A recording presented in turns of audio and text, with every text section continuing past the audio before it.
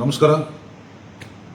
ಕಳೆದ 3 ದಿನಗಳ ಹಿಂದೆ ಕೋಲಾರ ಜಿಲ್ಲೆಯಾದ್ಯಂತ ವಿಶೇಷವಾಗಿ ಶ್ರೀನಿವಾಸಪುರ ತಾಲೂಕು ಈ ಭಾಗದಲ್ಲಿ ಬಿರುಗಾಳಿ ಸಮೇತ ಬಿದ್ದಂಥ ಧಾರಾಕಾರ ಮಳೆಯಿಂದಾಗಿ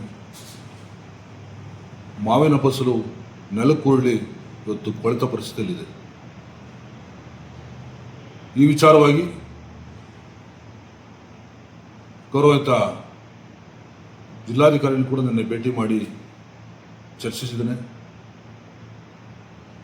ನಿನ್ನೆ ಸಹ ಕೋಲಾರ ಲೋಕಸಭಾ ಸದಸ್ಯರಾದಂಥ ಗೌರವಿತ ಮಲ್ಲೇಶ್ ಬಾಬು ಸಾಹೇಬರು ಹಾಗೆ ಆ ಭಾಗದ ಶಾಸಕರಾದಂಥ ಗೌರವಿತ ವೆಂಕಟೇಶ್ವರ ಸಾಹೇಬರು ಜೊತೆಯಾಗಿ ಅಧಿಕಾರಿಗಳನ್ನು ಜೊತೆಗೂಡಿಕೊಂಡು ಏನು ಆ ನಷ್ಟ ಆಗಿರ್ತಕ್ಕಂಥ ಮತ್ತು ಬೆಳೆ ಹಾಳಾಗಿರ್ತಕ್ಕಂಥ ತೋಟಕ್ಕೆ ಭೇಟಿ ನೀಡಿದ್ದಾರೆ.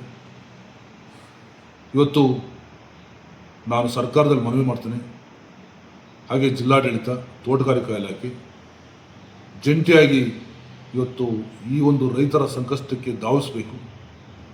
ಯಾವೆಲ್ಲ ರೈತರುಗಳಿಗೆ ಇವತ್ತು ಬೆಳೆ ಹಾಳಾಗಿದೆ ಆ ರೈತರಿಗೆ ಪರಿಹಾರ ನಿಟ್ಟಿನಲ್ಲಿ ಕಾರ್ಯಪ್ರವೃತ್ತರಾಗಬೇಕು ಅಂತ ಕೂಡ ಮನವಿ ಮಾಡ್ತೇನೆ. ವಿಶೇಷವಾಗಿ ಏನು ಈ ಒಂದು ಬೆಳೆ ಸಣ್ಣ ರೈತರು, ಅತಿ ಸಣ್ಣ ರೈತರು, ಮಧ್ಯಮ ಗಾತ್ರದ ರೈತರು ಈ ಒಂದು ಬೆಳೆಗೆ ವರ್ಷ ಪೂರ್ತಿ ಅವಲಂಬಿತರಾಗಿದ್ದಾರೆ. ಇದರಿಂದ ಆರ್ಥಿಕ ನಷ್ಟ ಒಂದು ಕಡೆ, ಕಳೆದ ವರ್ಷ ಕೂಡ ಈ ಒಂದು ಬೆಳೆಗೆ ಒಳ್ಳೆಯ ಬೆಲೆ ಸಿಗದೆ ರೈತರು ಕೂಡ ಭಾಳ ಕಂಗಾಲಾಗಿದೆ. ಇವತ್ತು ಪ್ರಕೃತಿ ವಿಕೋಪಗಳಿಂದ ಆಗ್ತಕ್ಕಂಥದ್ದು, ಹವಾಮಾನ ವೈಪರೀತ್ಯಗಳಾಗ್ತಕ್ಕಂಥ ಈ ಒಂದು ಪರಿಸ್ಥಿತಿಗಳಲ್ಲಿ ಕರ್ನಾಟಕ ರಾಜ್ಯ ವಿಪತ್ತು ನಿರ್ವಹಣಾ ಪ್ರಾಧಿಕಾರ ಕೂಡ ತುರ್ತಾಗಿ ಈ ಒಂದು ಸಮಯದಲ್ಲಿ ರೈತರ ಕಡೆ ಧಾವಿಸಿ ಆಗಿರ್ತಕ್ಕಂಥ ನಷ್ಟಕ್ಕೆ ಪರಿಹಾರ ಕಂಡುಕೊಳ್ಳೋ ನಿಟ್ಟಿನಲ್ಲಿ ಸೂಕ್ತವಾದ ಕ್ರಮ ಜರುಗಿಸಿ ರೈತರು ಉಳಿಯೋ ನಿಟ್ಟಿನಲ್ಲಿ ತಾವೆಲ್ಲರೂ ಕೂಡ ಕಾರ್ಯಪ್ರವೃತ್ತರಾಗಬೇಕಂತ ತಿಳಿಸಲಿ ಮತ್ತೊಮ್ಮೆ ನಾನು ಮನವಿ ಮಾಡ್ತೇನೆ.